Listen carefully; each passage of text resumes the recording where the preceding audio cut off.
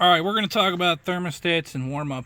We're going to start with the fans on high. You can hear them. 78 degrees in the garage. Cooling temps are 100. Let's go outside and we'll talk. Hey everybody, welcome back. I've had several interesting conversations about thermostats lately, and there's a lot of misinformation about these things. So today, we're going to talk about the 160 degree thermostat versus the factory 187 degree thermostat. So first, understand what's happening in the video here. I'm showing you a cold start with the fans on high using a fan switch in my 2011 Camaro with a 160 degree thermostat.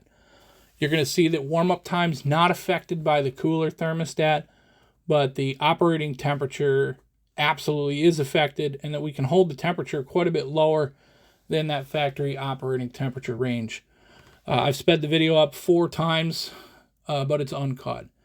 So a thermostat controls the minimum operating temperature. Warm-up time is going to be exactly the same to that opening point. A lower temperature thermostat does not cause slower warm-up.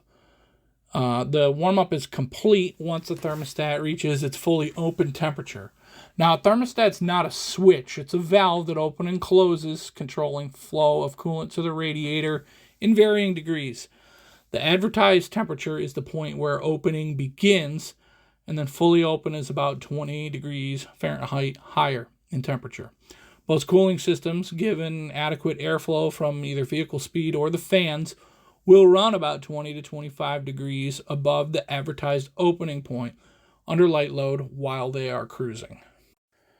So you can see that by about 5.5 minutes of runtime, the temperature has stabilized and the car is holding itself right at 180 degrees. That's the point where the thermostat is just fully opening and just regulating that coolant flow a little bit. There's no difference than cruising down the road. The air through the radiator is going to hold the temperature right at this point. And so now what I'm going to do is turn the fans off and show you the temperature will rise to the point where the ECM is set to command that fan on low at 195 degrees. Why do we want a lower operating temperature? Well, the factory builds these cars above all else to be emissions compliant and get great gas mileage. To do that, they target a pretty high operating temperature that sacrifices performance. A cooler engine, and in particular a cooler cylinder head, will tolerate more ignition advantage, which is worth more power. Observe that the factory ECM calibration has several tables that influence ignition timing based on temperature.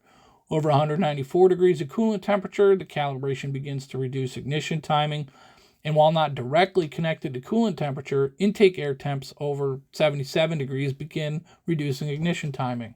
So in the aftermarket, with lower operating temperatures, we can increase timing and performance. Cooler temperatures also give us some overhead for when we work the engine hard and we produce more heat than the cooling system can get rid of. At the drag strip, I keep the fans on high in the staging lane and through the burnout to make sure I leave the line with the coolant as cool as possible. You'll see the ECM kick the low-speed fans on at 196 degrees, starting to pull things back down, and then I'll kick the high-speed fans on to show you that we can get it all the way back down to the kind of minimum temperature of the system. So the ambient air temperature is certainly a factor in really hot environments. It's going to be difficult to get all the way down to that minimum temperature, but the cooler thermostat always gives you that additional headroom and potential. One of the common raised concerns is that operating temperature too low generates more wear. There's a little truth to that, but by about 175 degrees, that's really off the table, and the 160 is always operating, 20 degrees above that 160 point, so non-issue. It's absolutely an asset to a performance-focused vehicle. It allows more aggressive ignition timing, better performance. I hope this settles some of the rumors and half-truths floating around out there.